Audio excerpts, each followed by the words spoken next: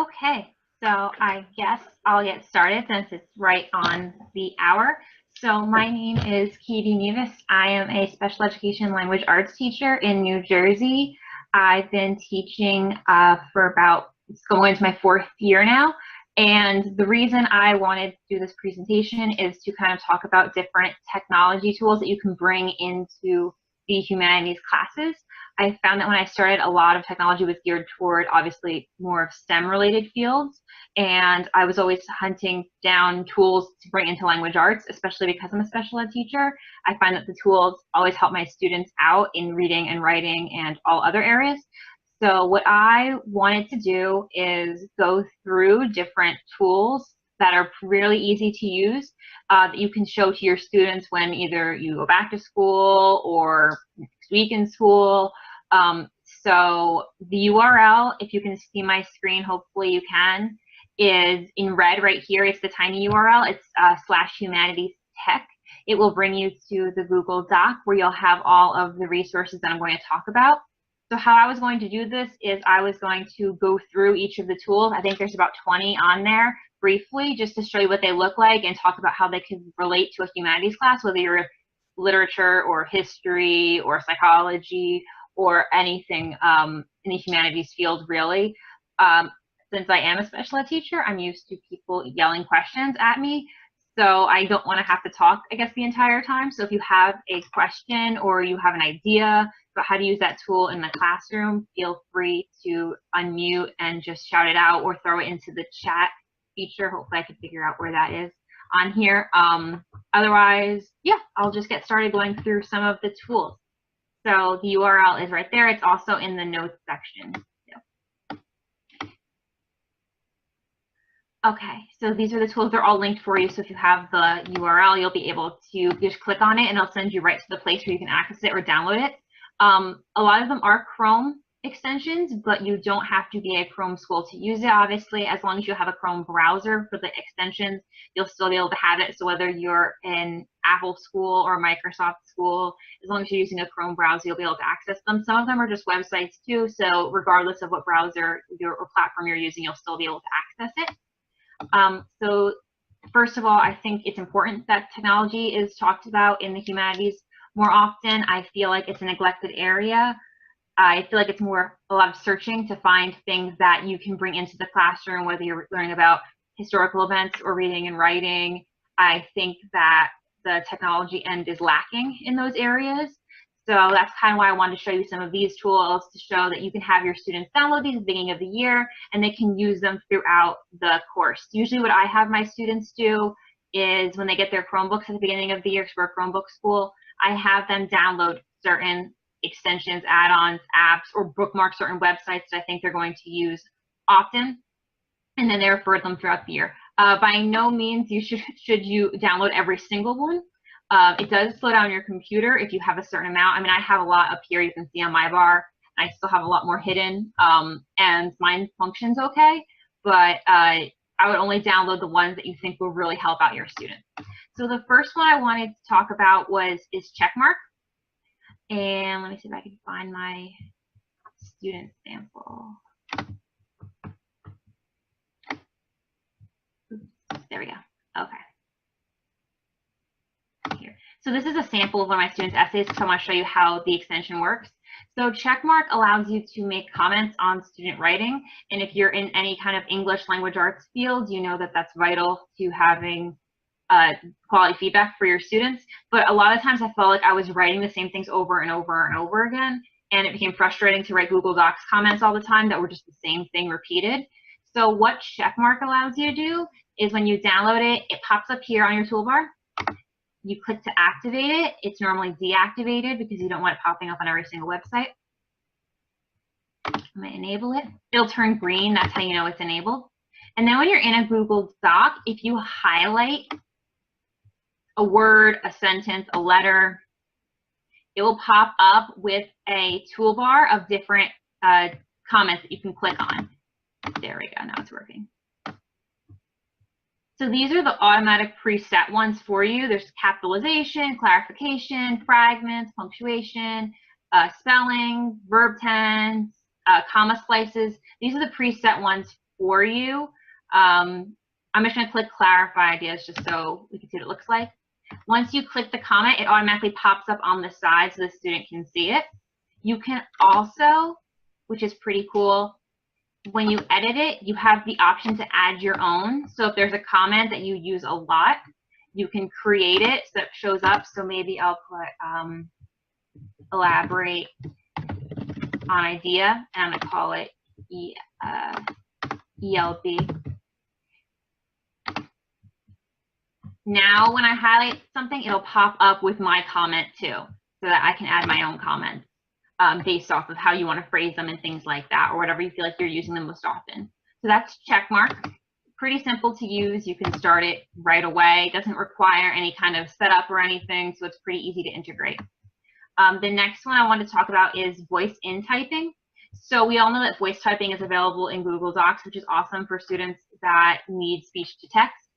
But the problem I found was that if they're going into Google Classroom and writing a response to a discussion question, or if they are writing in another website or something like that, they didn't have that option. So what voice in voice typing allows you to do is type with your voice with other pages aside from just Google Docs. It functions the exact same way as Google Docs. You have to set the punctuation, you have to set capitalization, and everything like that, but it just takes it beyond. So if you're writing discussion posts in a history class where you want the students to go back and forth, they still have the ability to type with their voice as opposed to just typing on a keyboard. Let me kind of show you what that looks like. Am I able to move this? There we go. I'll move it down here. That's why it's not in my space. Okay, so this is a Google form, and normally you don't have the ability to write with your voice in a Google form. So in order to do that, you would right-click once the extension is downloaded, and there's the option to start recording. And you'll see up in the corner that it's starting to record your voice, and it's actually picking up what I'm saying to you right now, and it'll place it in the space where my cursor is. It's automatically in this space here. And to end it, you would just click the microphone again. So now students have the ability to use their voice to type in their classes, which is so important in the humanities classes, to be able to read and write, to be able to write. And when students have that issue, this kind of is helpful for them.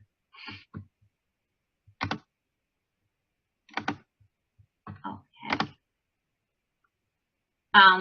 The next one that I'm going to talk about is StackUp. It's an extension for Chrome 2. And it really goes along with, I think, independent reading, and it could go into history classes by having students find resources that are good for them. So let me show you what it looks like. It comes up here as S, and it tracks everything, the categories the students are reading on their computers.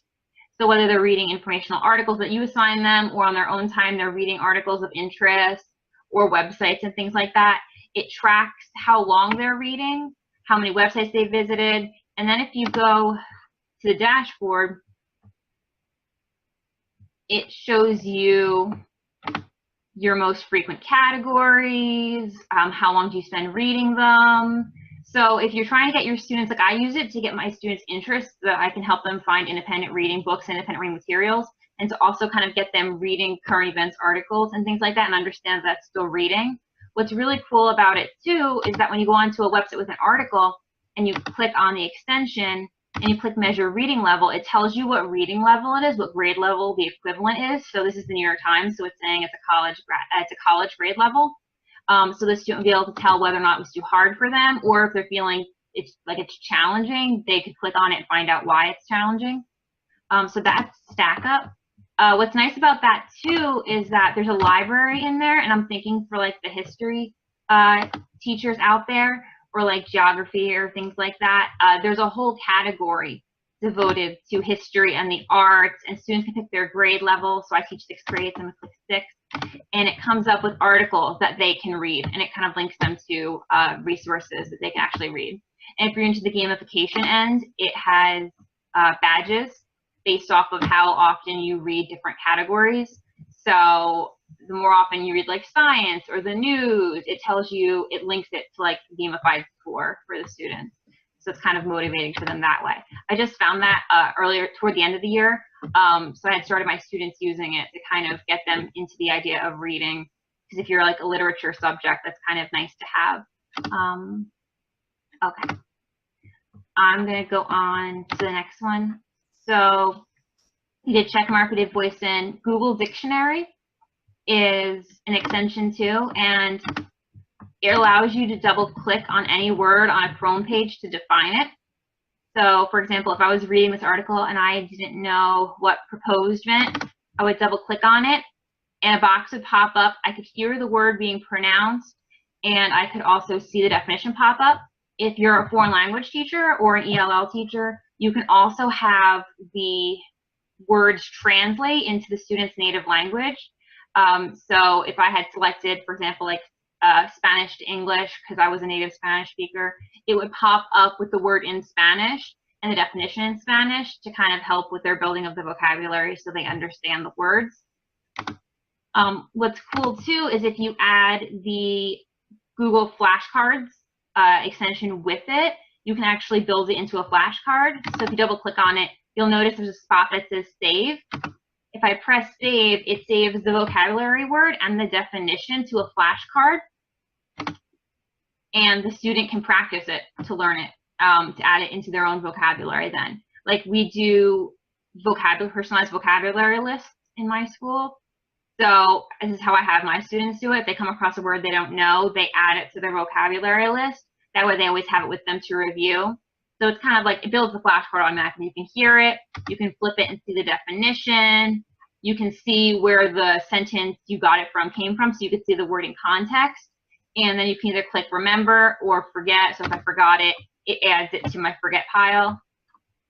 These are old words I had. If I click remember, it will add it to a different pile. That way you can see the ones you've remembered and the ones you forgot, just to kind of get students practicing vocabulary. If you're in history, you can practice in Tier 3 vocabulary terms the students need to know to understand the content area. So that was Google Dictionary flashcards. BriefTube is having issues with me today, and it's not working on my computer. I think it's my end that's having an issue. It was working fine yesterday. For a lot of humanities classes, I feel like we assign these videos for students to watch to kind of build in that media aspect and to also expose them to different resources. And sometimes the videos are lengthy, and when you want students to refer back to the video, it's hard for them to figure out where in the video they were and what they were trying to find. So when you're on a YouTube video and you pull up, let's see if it comes up for me, BriefTube, it provides an outline of the entire video. This is a microeconomics lecture that's 34 minutes. It breaks down different topics that were discussed, and it gives you the time frame too. So the student can click on it and the video will transport them back to that exact moment in the video when it was being discussed. They can also search for different terms. So if they're writing a paper or doing an assignment and they can't remember where in the video they heard that, but their notes say that they heard it, they can type in phrases and search through the actual video, and the extension will bring them to that point in the video so they could rewatch it. It also gives them common words in case you're into like word clouds and building word clouds and things like that. Okay, so that's about 6 of them so far. Hopefully some of the stuff is helpful to you. I try to throw a lot out at once, hoping that like 1 or 2 will stick that you can bring into your classroom. And then at the end, I'll check back. I don't know how to check the questions in the chat while I'm on share screen, but I'll pop back and forth later on at the end. And you can always feel free to hop on and ask questions as I'm going to. The next one is writing based again too. It's called Analyze My Writing. This is a website, so it works regardless of what platform you're on. So what it allows you to do is copy and paste your text here, and it gives you a couple different options to kind of analyze your writing. So I'm going to take, they give you options to practice. So I'm going to take like the first chapter of, actually, I'll take one of my students' writing pieces. So let's say my student wants to check his writing. He could paste it in here. Let's look at the basic text statistics first. So I'll hit Analyze Text, and it comes up with, on the sidebar, how many words there are, sentences, which isn't a big deal. Syllables doesn't really. The period counter is important because I feel like students forget that they need to put punctuation at the end of their sentences. So if they have a lot of sentences and not a lot of punctuation, they can kind of say, okay, I'm missing something. This is just basic statistics for them to see how long their sentences are, how long their words are. But what's cool is the other options up here. It shows them how common their phrases are. Like, for example, they use the a lot, but that's fine. If the key is that they found a word that they used a lot more than others, they might want to find synonyms for it. It also gives phrases and pairs. How often did you pair the phrases together to kind of help them review their writing? Word triples, word doubles. Readability is interesting. It tells them how well someone will be able to understand the writing. What would the grade level equivalent be? In this case, it says it varies between 9th grade and 6th grade, and they can check the individual scores themselves to see like how it's broken down. It tells them how well someone would be able to understand their writing. And then the closed text is kind of interesting too, and I've given that to my students. It takes out a certain number of words, and you have to give it to somebody else to see how well they'd be able to understand it with certain words missing, and that helps them understand whether or not their writing is able to be comprehended by other people. So that's Analyze My Writing. That one's pretty cool to use with your students to kind of show them, to help them reflect on what they're writing, and whether you're writing in language arts or you're writing in history or you're writing in a social science, it's still important to be understood. So it's really something you could throw into like the editing process before students turn something in to see and kind of reflect on their writing. Digo is an extension. It's my favorite one I used this year with my students, especially with the push for close reading and annotation while students are reading. What it lets you do is if you highlight something on a Chrome web page, it pops up with these 3 options. You can highlight it, you can make a comment, and you can do a Google search if you wanted to for the sentence and the phrases. But what I have my students do is they highlight the text and then they click on it and they would make a comment and then they'd save it. So every time they go back to that web page throughout the rest of time, I've never seen them go away. If they go back to this page even months later, it'll still be highlighted with their comment so they can see all their annotations that they've made. And it's really cool for the research process because students can highlight, make notes, and then they can see them all in one page. So this is, for example, my page. They'd click on it and all of their annotations that they made will pop up. So this is the one I just did. It tells me what article I got it from, the URL. I can click on it. It tells me the sentence or phrase that I highlighted and then what the comment actually was. What your students could also do, which I had mine do when they were doing group projects, is they can create a shared list with their peers and add in the emails. And then when you go to highlight something, mine originally said private, but if I click on it,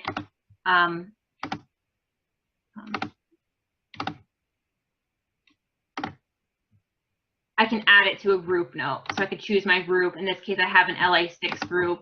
So if I wrote a comment and I posted it, everybody who's in that group will see the comment. And if I had group members on here, I would also see their comments. So if we're doing like a group research activity, I could go into my Digo and find all of my resources from everyone, all the notes and everything like that. Okay, so that's Digo.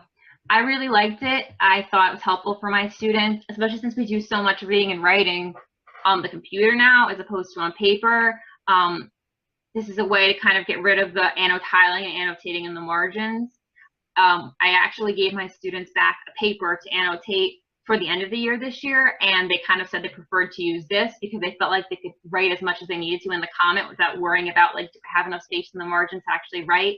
And they really like the collaborative elements.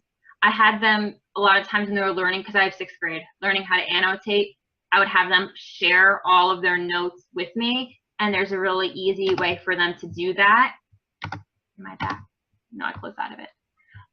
So if I went into my account, you can still actually go in and share all of your annotations with someone else, even if you don't make a group. So these are all my ones from the New York Times article. If I hit the 3 dots, I can either send the link to someone or I can email it to someone. So a lot of times I'd have my students email their annotations to me so I could see their thinking on the articles. That way they had article choice. They could pick whatever article they wanted, but I could still see their interaction with the text. So that was kind of cool for them to use.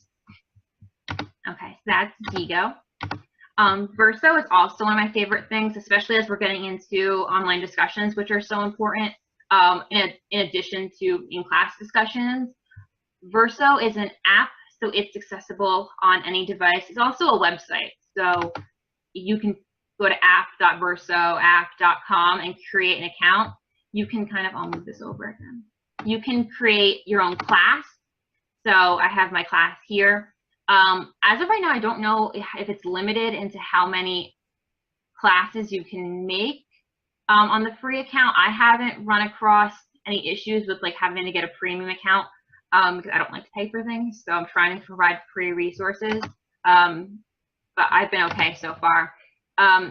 So you can create activities, discussion questions for your students to complete. So I could write something like, state your opinion on the article, which would be my directions too. In the premium, you could provide a guided model, but I'm not going to do that. You can set the number of responses students have to complete. What's cool about Verso as opposed to like Google Classroom is that, or other discussion forums, is that you have to post before you can see anybody else's posts. And as a teacher, you could determine how many posts the students need to make in order to start viewing posts. Most of the time I just do one, so they have to write one discussion post and submit it, then they can view everybody else's. So once you create an activity and the students reply, this is an example of my activity, their page looks like this. They can't see everybody's name, but they can see their response. So I could go through, I could comment on a classmate's response by clicking on this. I could like their post if I thought it was like interesting or insightful or I agreed, but they don't know who wrote what, which I think is kind of cool because it gets those students who are shy kind of out there and allows them to talk in a way that maybe they wouldn't have shared or opened up in a whole class discussion. I've used it as an at-home activity to kind of kick off an in-class discussion. What's nice about the anonymous feature is that the students can't see their names, but I can as a teacher. So on the teacher end, instead of having respondent, you'd actually have the student's name. So there's an accountability part there. So you can see their work, but they can't see their peers' names. So that's kind of nice because you can see it, but they can't. So I really liked Verso for that this year. It really opened up a lot of opportunities for discussion. There's a character limit, which is fine because you don't want paragraphs and paragraphs and paragraphs when you're doing discussions online anyway, because it's kind of unrealistic that the students might read it. I don't know, maybe that's just my students. But I like the shortness of responses, especially if you're going to build on the discussion in class. That's kind of a nice tool to use. Okay, this is another website. This is Prism Scholars Lab. So another like collaborative annotation website. You as a teacher could upload an article, a song, a poem, a short story, anything, and you could have your students look and annotate for specific things. So I'm going to show you an example. My students annotated a poem and I was asking them to look for different examples of imagery, sight words, sound words, taste or touch words. I've seen people do it with rhetorical devices. I've seen people do it with outlining an argument, like what's the claim, what's the evidence. I've seen people do mood and tone. There's a lot of different options. But what would happen is your students would log on. They'd have access to the URL. You could set it so that only people with the URL can actually work on it, which prevents other people from around the world just clicking randomly on words and kind of messing up the results. So what I did is I sent this URL to my students and I said, you're looking for sensory details and highlight them appropriately. So they were super excited about the white wine line because they're like, oh, that's sound. So I clicked on the color next to sound and then I highlight it. So shimmering is a sight word. This is a sight word. So then whenever they're done, they'd hit save highlights. And what's cool is since it's collaborative, they can see what their classmates all responded to. So if I wanted to see how many people wrote this, click the same thing as me for taste or touch, I'd click on taste or touch. And I can see that it's a lot bigger than the other words. So I know that a lot of people agreed with me and clicked the same thing I did. You can do the same thing with sound words, like laughter and songs, and then sight words. So it shows you, based off of how many people click a certain word, it magnifies it. So the students have a really good visual of how many students agreed with their highlight and their annotations. So this one's pretty cool. It's very easy for the students to use. I think they need an account. I can't remember correctly. I feel like they do, but I think there's like a login with Google option if you're a Google school, which is really easy then. And again, you can upload anything you want to it, songs, primary document, text, and then have your students look for different things. There's only 3 options for the highlight, so you can pick and choose what 3 you want to do. Usually I'll have my students kind of go through and click on the word that's associated with whatever it is and pick the next one and the next one, and then they kind of save it and they're done. And it's a good discussion tool too, to see like whether or not people agree with what the biggest results were, why do they think people picked that instead of something else. It's just it's an interesting way to start discussions in a collaborative way. Internet Abridged is one of my tools that I send my students to for research. It's a summarizing tool, and I'm not okay usually with students going on and like summarizing text. But in the case of research, I'm trying to teach my students how to skim to find out if the article is relevant to the research they're trying to do before they spend days reading an article and annotating an article to find out that it has nothing to do with their research. What it does is if you're on an article, I always try to pick a New York Times article because they're lengthy, and you click on the, where'd it go? There it is. Internet Abridged, it pops up with the main points of the article. It like generates the details that you need to understand in order to understand the article. So it kind of gives you a preview before you read it. Then the student could say, yeah, this has to do with my topic and it fits and I need to read it now and actually fully annotate it and take notes. Or they could say this has nothing to do with what I thought it was and I'm going to hop back to a different article to try to find one. So it's really quick. I don't know how it does it. It uses some kind of algorithm. Usually it's fairly accurate, especially with longer articles. It really kind of pinpoints details the students need to know in order to understand the article fully. It's also good if you have the students who are kind of struggling and might need a little bit of that guidance before they read the article. As they click on it, they have kind of a little bit of understanding what the article is going to be about, so that way they don't focus so much on understanding the big ideas and they can start to focus on the smaller details. Metrics is not working for me today. My school decided to go ahead and block it. It's not letting me access the add-on. I'm going to explain kind of what it is. It allows you to take a Google Classroom assignment, all your students' assignments, and it provides data on all of their assignments. So it relates it to like how many transition words did they use? Did they vary their sentences? What type of sentences did they use? How many simple sentences did they use? How many compound, complex, etc. Punctuation, number of sentences, capitalization, which is a big one for my students. I always struggle with that. I'll show them that it's a spreadsheet. It comes out with each student's name and then the data along the side. And I'll show the students kind of where their areas of weakness are. I'll say, look, you have 20 sentences and 0 capital letters. Like, what do we need to go back and revise? And it gives them kind of information about how to go and fix their writing to make it better. Again, I wouldn't use it to grade an essay, but it kind of gives me a whole class understanding of maybe an area that I need to review a little bit more with them or give them a mini lesson for. Fluenty, I just found a couple of days ago. It's practice for vocabulary, and they use it for like foreign language translations. So what it is, it's this little octopus up here, which is adorable. You can create study guides, vocabulary study guides. These are 2 that they made. If you click on it, I put vocabulary in. You can create a question and an answer, and then you save it. And then what happens is you play, and it pops up with random questions from your deck. on your web browser. So if I hit play, I have it set for every minute. Regardless of what web page I'm on, in a minute it will pop up with a question from my deck, and I will have to answer it. So even if the students are like scrolling through their social media or watching YouTube videos or watching Netflix, it'll still pop up with after the designated time and ask them a question related to their deck. They can turn it off and on whenever they want, but it's kind of a nice way to like informally practice like vocabulary, to increase their exposure. I'm not a fan of like memorizing vocabulary terms, but just to expose them over and over to like terms that they could use in their writing or words they'll see in history. It's kind of interesting that way. It hasn't popped up yet, but hopefully it will soon. Yeah, it's on. So it should pop up sometime soon. And again, it doesn't matter what website you're on. So whatever website you're surfing on, it'll just pop up.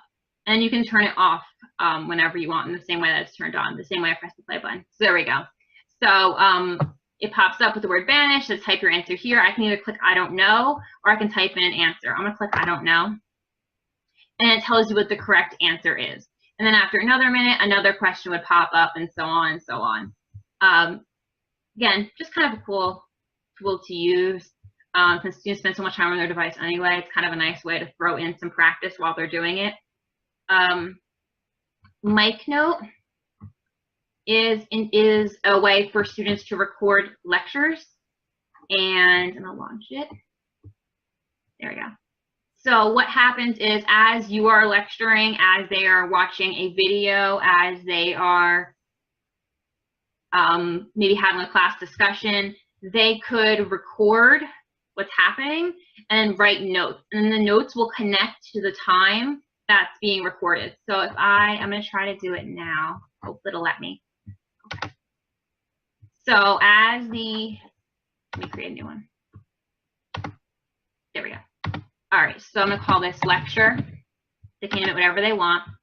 And then I'm going to press the record button, and then it'll start to record whatever's being said, and then I can type notes that go along. So I can say introduction, and then I could just type my notes from there. That way, as I'm going back and I'm doing an assignment, or I'm studying, or I'm practicing, I can click back to that time to review that specific section, which is really good. And like, I was thinking even in like higher level, like college classes, with like the appropriateness of recording, so many students do it now.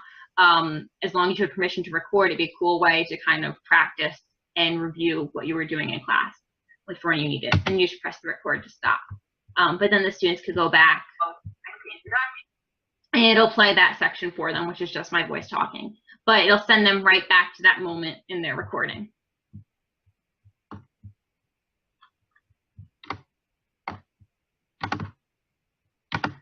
I only have a couple more. Yeah, and then I'll check out the questions.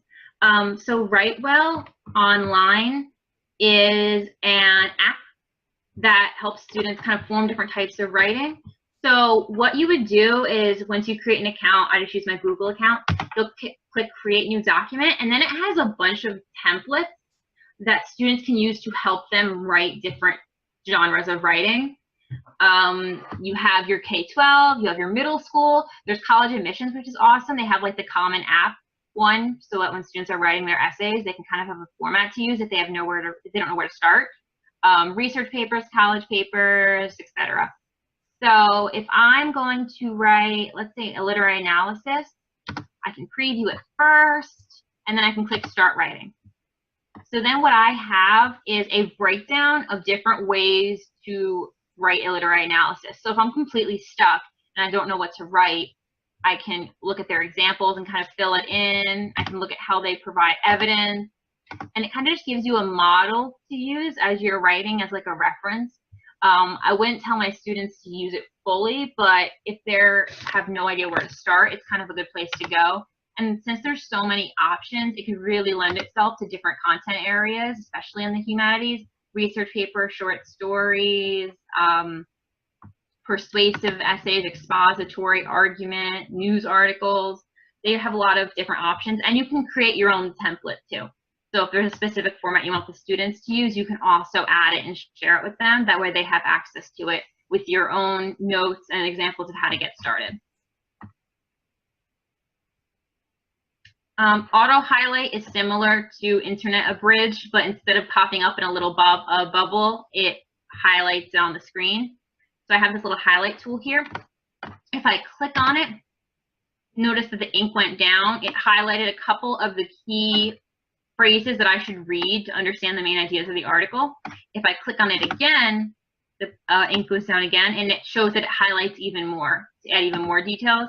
And then when it's empty, it means you can't highlight anymore, and it's highlighted all of the main points that you should focus on in order to understand what you're reading. That's not saying, I always tell my students, not saying you shouldn't read the rest of it. It's just saying if this is an important idea, you should focus on it and really understand it, especially since my students tend to struggle with pulling out and extracting important details. It's kind of a good place for them to start. I was thinking for history with this one, this is the TinEye reverse image search. So as students are doing research, I feel like a lot of times they find images and they don't really know what the image is supposed to be of. So what this allows you to do is to basically reverse search an image. You have the URL, it'll show you where it came from, which will lead you to finding out, I think, whether or not it's credible, whether it's a fake image, which is so prevalent on the internet nowadays. The photoshopping of images is so easy to get an historically inaccurate image. So let's say I was doing a paper on the Revolutionary War. Wow, I spelled that wrong. And I liked this image. Let's say I want to do this in my paper and I didn't know anything about it. What I would do is I would grab the image address and I would bring it over here and I would paste it and hit search. You can also upload an image from your computer if you have one downloaded. And then it kind of shows me where it came from. So it says that there's over 1,800 results. It's been searched this many billion times, this many seconds. It shows me where it came from. So I can click on the URL and actually go to that page, which might give me more information about the image so I understand more about it. You can also see which image is the biggest. So if you're trying to use it as a resource and you want to pull it into a presentation. And then the most changed is interesting too, because then you can see what the original is versus like what the changed one is. So if you have a photoshopped image, for example, you'd be able to see what the original image was supposed to be, which I think is good as students are searching for images on the internet. So this one shows the most changed one. There isn't very much for this one. I've seen a lot of this happening with artwork. They'll show like the original, like if you find an interpretation of the art piece and you want to find the original piece, the most changed is the best way to do that, which is kind of cool for students to see. And I think it's just nice because then they have the image associated with what it's actually supposed to be. So if I clicked on this URL, I could see who made the image, what is it supposed to be of, when was it made, things like that, as opposed to just like blindly searching for images on the internet and throwing them into presentations without actually knowing what they are. This one I'm not going to demo because it pulls up a huge sidebar, but if you're not into splitting your screen to do research, like my students will split their screen in half, and on one side have their research, their website, and on the other side have their notes. This pulls up a sidebar right over on the, like, maybe over here on the side, where students can just type notes. It's an alternative to splitting your screen and using Google Docs, because then you don't have like a sliced in half screen and smaller text. It just pops right up in the middle of your research, and it's just another option for students. I like to give options because I don't know if it's because of my population of students, but if they don't like an extension or the way it's formatted or the way it looks, they won't use it. So I try to always give different options just to give the students something else if they don't like one of the choices that I have. Hemingway Editor is pretty popular, pretty similar to Analyze My Writing. Once again, students will be able to copy and paste their writing. Oops, that's the URL. They'd be able to copy and paste their writing, and it pops up with recommended edits. So it says that it's grade 7, here are the number of words, 0 inappropriate adverbs, no passive voice used. The pink highlights are when you have a word that you can simplify. Students don't have to take this advice, but they could. The ones I like, though, are the red ones, which says that they are hard, very hard to read, and the yellow is hard to read. So my students would know, okay, this sentence isn't really easy to understand, so your reader's going to be confused. You might want to look at revising it. So it really pulls out those sentences for the students, and it lets them kind of fix their writing themselves. So if this was my student, they'd be able to go in and fix, especially the bright red ones, because they know that they're going to be a little bit difficult to understand. For people to understand. Okay. Hope I'm not going too fast. I just kind of wanted to go through some of them. That way, hopefully, you have something that you can bring into your classroom. This is just another option. It's SAS Writing Reviser. All these writing revisers, your students don't have to use all of them. I kind of introduced them to my students throughout the editing process at the beginning of the year. I'm like, there's this option and this option and this option, and which one do you like best? You use that one. So that way they always kind of have to, they know they have to use one of the resources, they don't have to use them all. So if they're not into the Hemingway editor, they don't have to use it. And if they're not into the one I'm about to show you, they don't have to use it, but they have to use something. So it's about which one they like the best. So SAS Writing Reviser is an add-on for Docs. So if your students are writing in Docs, they're able to use it. So you'd press Open Essay Reviser, and a little sidebar will open up here, and it has a bunch of options for students to see where they can edit their writing. So I'm going to look at sentence, let's look at sentence clarity. There's a bunch of options. There's economy, which is like wordiness, passive voice, repeated words, a variety of sentences. It highlights the different types of sentences. That just says it's gonna override any highlighting that you have. So what this has done, it's highlighted the simple sentences that my student has written, and now they have the opportunity to change it to make it more complex if they would like to. They don't have to, but they can.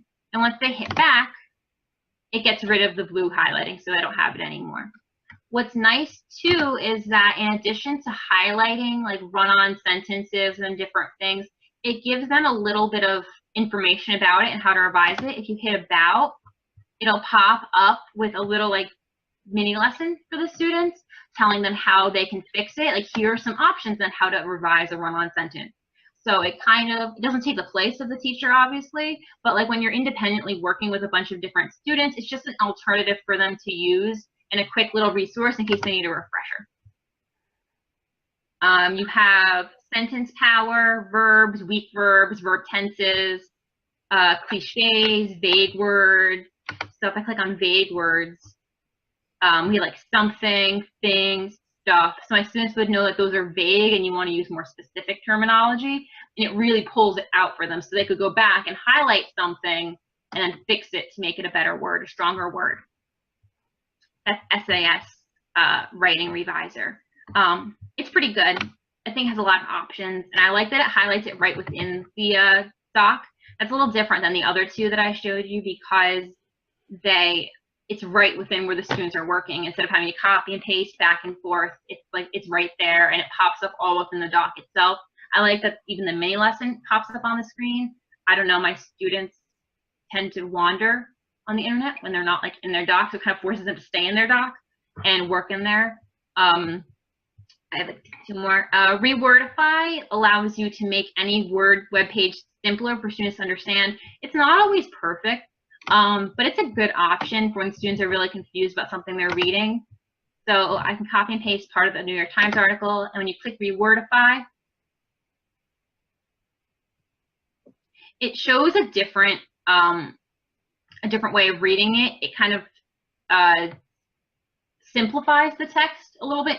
Sometimes like this one kind of looks a little funky. Sometimes it works really well, sometimes it's iffy, but my students will sometimes use it when they're reading a complicated text, especially like in history class, like in in-class support, like co-teaching setting where they don't want a different text than everybody else.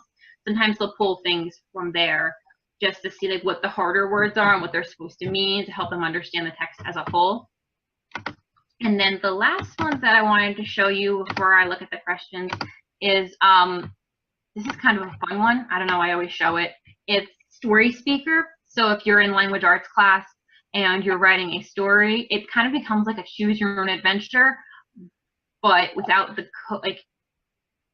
but without having to build it with like in a different program or something like that. So what it does is it uses a Google Home and reads the story the student wrote, and then it offers you 2 different choices that the student writes in, and the Google Home will read it, and the class can decide which way they want to go and tell the Google Home, and then it will redirect them to a certain part of the story. So if I go into that story speaker, I'm going to write create new story from basic template.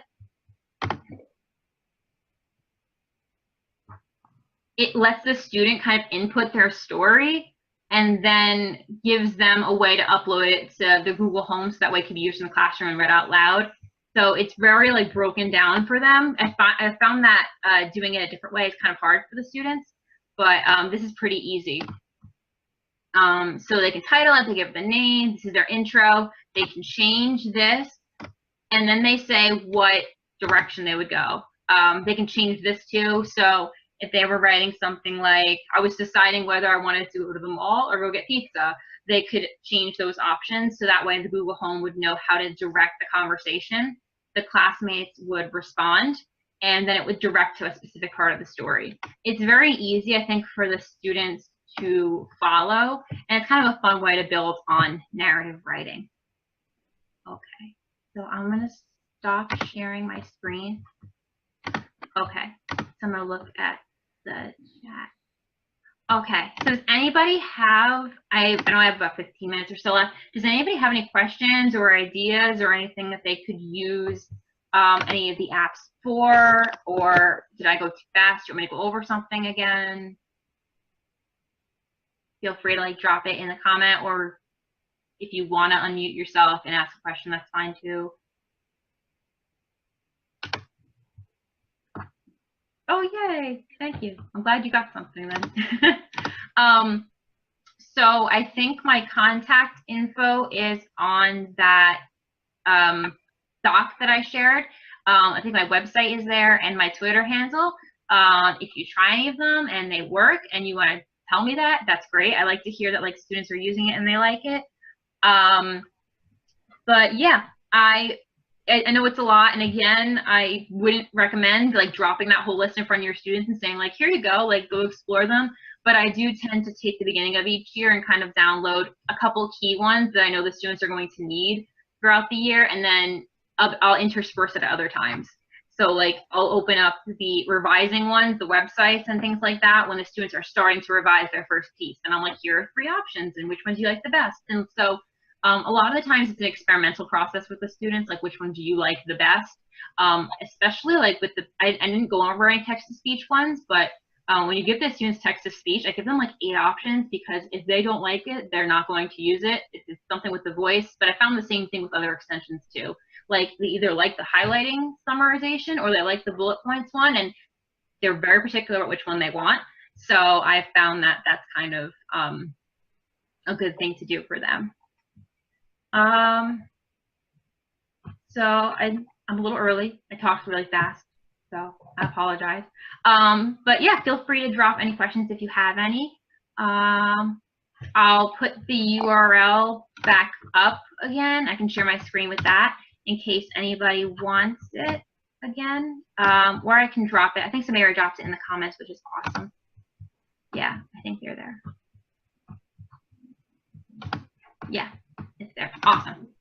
But yeah, feel free to reach out if you have any questions or anything, or something pops up, because I know I kind of walk away usually not having any questions, then I'm using something and I have a million questions. So I'll always answer. I'm obsessive with email and things like that, so I'll always reply to them.